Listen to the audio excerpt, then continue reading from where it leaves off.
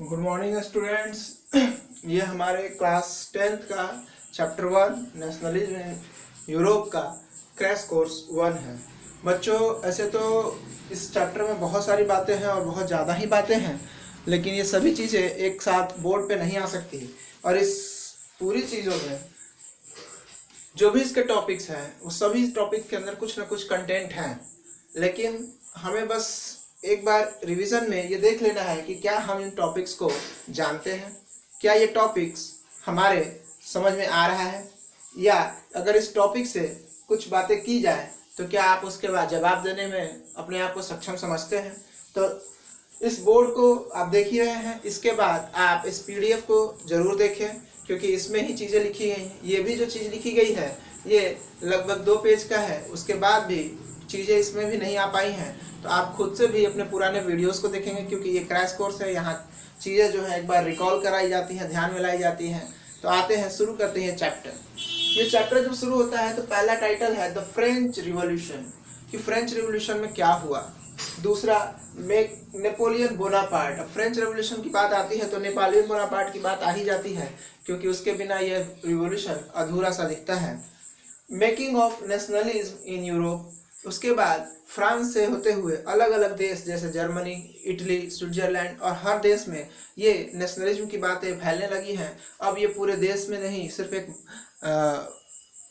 France का ही नहीं बल्कि पूरे यूरोप में ये बहुत जोर शोर से चलने लगा है। और एज ऑफ रिवॉल्यूशन 1830 टू 1848, कि भाई ये जो टाइम है, टाइम पीरियड जो कि लगभग 28 सालों का है, लगभग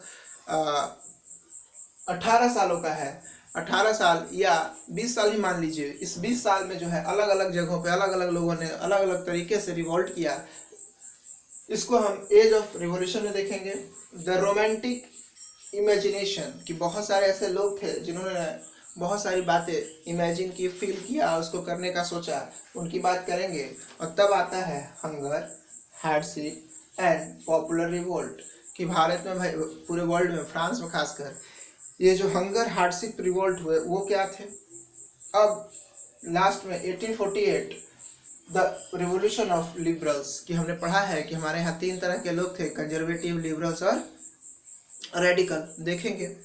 और लास्ट में आता है आपका यूनिफिकेशन ऑफ जर्मनी। हालांकि सभी चीज़ें अपने आप में इम्पॉर्टेंट है, लेकिन ये जो लास्ट का टॉपिक है यूनिफिकेशन ऑफ जर्मनी, ये बहुत इंपॉर्टेंट है। इसके लिए मैं कुछ और भी कंटेंट अलग अलग बुक से भेजूंगा, आप लोग उसको जो है पीडीएफ में वो जाएगा, आप उसको जो है राइट डाउन करने की कोशिश करेंगे। हो सकता है आपने अपने आप से भी बहुत सारे कंटेंट जमा किए होंगे, नहीं भी किया तो मैं जो है एक बुक का जो है कटिंग आपको पेज भेजूंगा, आप उसको ज़रूर देखने का काम करेंगे। अब शुरू करते हैं बच्चे। पहला टॉपिक है हमारा the French revolution. French revolution की बात मैं नहीं करूँगा। आपने अगर क्लास 9th पढ़ा है तो पूरे साल, पिछले साल जो चैप्टर 1 हमारा चला था जिसमें हमने फ्रांस की बातें देखी थी, वो सब आपको ध्यान होना चाहिए। कैसे क्लर्जी थे, कैसे 1 स्टेट, 2 स्टेट, 3 स्टेट में पूरा कंट्री डिवाइड था, कौन टैक्स देता था, कौन नहीं देता था, वो क्लास 9 की सारी बातें इसी के अंदर आती है। आपने देखा था कैसे ग्लूटीन बनाया गया था और उस पर लोगों को चढ़ा दिया गया था, जैकोबिन क्लब्स और सारी बातें आपको ध्यान होंगी। अब हम बात करते हैं नेपोलियन बोनापार्ट। नेपोलियन बोनापार्ट भी इसी का एक हिस्सा है, जिसमें हमने देखा कि 1804 में नेपोलियन बोनापार्ट साहब आते हैं और वो जो है अपना एक कोड लाते हैं जिसमें वो कुछ बातों को रखते हैं। इस कोड को नेपोलियन कोड के नाम से जाना जाता है और इस कोड में बहुत सारे ऐसे फैसले लिए गए थे जो पहली बार थे। आपने नेपोलियन कोड में 4-5 पॉइंटें पढ़ी हैं, आप उनको एक बार रिवाइज करेंगे। इसके बाद making of nationalism in Europe. अब जो है कि यूरोप में जो है नेशनलिज्म की बात आने लगी, पूरे दुनिया में, मतलब पूरे यूरोप में अलग अलग कंट्री, सभी को जो है नेशनलिज्म होता क्या है, नेशनल फीलिंग्स होता क्या है। तो अपने देश की बात, देशभक्ति की बातें, अपने देश को जो है एक कल्चर, एक लैंग्वेज और एक कंट्री मानने की भावना को ही नेशनलिज्म कहते हैं। और ये बातें आने लगी अलग अलग देशों में। इसमें हुआ क्या कि the autocracy and new middle class, कि भाई ऑटोक्रेसी जो था वो जो है अपने लेवल पे काम कर रहा था और कुछ मिडिल क्लास जो थे वो उभर के आ रहे थे, ऊपर आ रहे थे क्योंकि इंडस्ट्रियलाइजेशन था। ठीक है, अब जो है आपने देखा कि ये चीज़ें जब 1804 में ये आते हैं तो बाद में आप देखेंगे कि वाटरलू की लड़ाई में नेपोलियन बोनापार्ट मार दिए जाते हैं। जब ये आते हैं तो बहुत सी बातें जो पुरानी थी उसको चेंज करते हैं, लेकिन जैसे ही 1815 में इनकी मौत हो जाती है, ये हार जाते हैं, उसके बाद इनको जो है इनकी जो बातें हैं उसको ख़त्म करके न्यू कंजर्वेटिव, जो कंजर्वेटिव लोग थे, आपको पता ही है कि कंजर्वेटिव कैसे लोग हैं, तो 1815 के बाद जो कंजर्वेटिव लोग हैं वो फिर से वो गुलामी सब कुछ मान लेना चाहते हैं, क्योंकि उनका मानना ही है कि जो चीज़ें चल रही है उसको चलने दो, बदलाव की कोई ज़रूरत नहीं है। इसको जानना होगा कि कौन कौन सी बातें रहीं।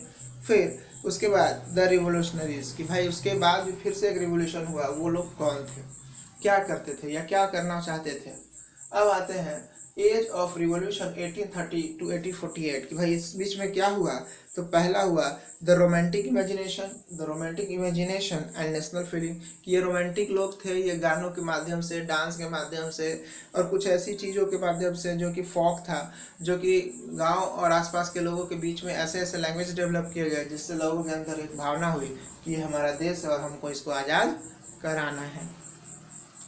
Hunger, hardship and popular revolt, इसमें आपने देखा है कि भूखमरी की समस्या आ जाती है, लोगों के पास जॉब नहीं होता है, लोगों को एम्प्लॉयमेंट नहीं मिलता है, उसके लिए लोग जो है सड़कों पे उतरते हैं। अब जो है 1848 में चलते हैं, रेवोल्यूशन ऑफ लिबरल्स, कि भाई हमारे यहाँ जो लिबरल्स थे ये बड़े शांत स्वभाव के लोग थे, ये किसी तरह से लड़ाई नहीं करते थे, लेकिन अपनी बात को वो मनवाते थे, अपनी बातें जो उनके मन में आई है, उनको जो अच्छा लगता था उस चीज़ों को वो कहीं ना कहीं अपनी बातों को, अपने पक्ष को वो सही साबित करते थे, उसको मनवाने की कोशिश करते थे। अब आता है यूनिफिकेशन ऑफ जर्मनी, कि भाई सब कुछ हो गया। अच्छा, ये सब होने के बाद भी इसमें कुछ और टॉपिक छूट रहे हैं, जैसे आप लोगों ने कभी पढ़ा होगा कि बाल्कन रीजन क्या है, ठीक है, आप नेशन स्टेट क्या होता है, तो ये सब चीज़ें भी आप देखेंगे। अब आते हैं यूनिफिकेशन ऑफ जर्मनी में, तो इसमें ओटमन बिस्मार्क साहब की बात आती है कि भाई ओटमन बिस्मार्क साहब थे, इन्होंने जो है वहाँ पे ब्लड एंड आयरन का कॉन्सेप्ट दिया। इनका कहना था कि जर्मनी को जो है अलग कराना होगा। आपने देखा कि ये जो है 7 सालों में अलग अलग जगहों पे जो है 3 युद्ध लड़े हैं इन्होंने, और सभी युद्धों में जो है इन्होंने लगभग जीत हासिल की है। यहाँ के जो लोग हैं उन लोगों को जो है जमा करना, उन लोगों को जो है नेतृत्व प्रदान करना इन्हीं का काम रहता है। तो इस तरह से जो जर्मनी है, जो छोटा सा ही स्टेट है, जो कि एक कॉलोनी था, एक गुलाम देश था, वो अपने आप को यूनिफिकेशन कर पाया, अपने आप को जो है वो स्ट्रॉन्ग कर पाया। किसके नेतृत्व में, किसके अंदर में, तो वो है ओटमन बिस्मार्क। बच्चे इतना कहने से काम नहीं चलेगा, मैं इस पे बहुत बड़े चार्ट में आपको डाटा दूंगा। अब इस जर्मनी के बाद बहुत सारी, देखिए इस चैप्टर में बहुत सारी ऐसी चीज़ें हैं जिसको बारीकी से बारी बारी पढ़ना होगा। ये क्रैश कोर्स में जो है उनका बस नाम ही ले लेना बहुत है। क्यों? क्योंकि ये टॉपिक्स अपने आप में ही बहुत हद तक बहुत बड़े हैं और इनके बारे में सब कुछ जानने में काफ़ी टाइम लग सकता है। इसके वीडियोस भी आपको लगभग 10-15 पार्ट में पहुँचे हैं। तो अब आपकी ये ड्यूटी बनती है कि आप जो है इस चैप्टर के पुराने वीडियोस को देखिए, या आपके पास बुक है उसको देखिए, और इन टॉपिक को खुद से घर में तैयार कीजिए। क्यों? क्योंकि जब स्कूल्स खुलेंगे तो फिर मैं उसको जो है आपके साथ शेयर करूँगा, आपके साथ जो है डिस्कस करूँगा। अब यूनिफिकेशन ऑफ जर्मनी के बाद अगर हम आगे बढ़ेंगे तो यूनिफिकेशन ऑफ इटली की बात आएगी। उसमें भी हम देखेंगे कि लगभग 7 स्टेट में 7 अलग अलग पार्ट में बटा हुआ देश है इटली, और इस 7 के 7 पार्ट में जो कि अलग अलग हैं, इनमें जो लोग रहते हैं उनको यूनाइट करना बड़ा ही मुश्किल था, क्योंकि सभी के सभी लोग अलग अलग भाषा, लैंग्वेज और कल्चर में ढल गए थे। किसी के अंदर ये थी ही नहीं कि हम इटली के लोग हैं, हम इटली के लोग हैं और हमें जो है यूनाइट होना है। तो इसके लिए भी बहुत सारे लोगों ने अलग अलग लेवल पे प्रयास किया, देखेंगे हम अपने नए वाले क्रैश कोर्स में। लेकिन तब तक आप जो है इसके अच्छे से नोट्स को तैयार करें। Thank you.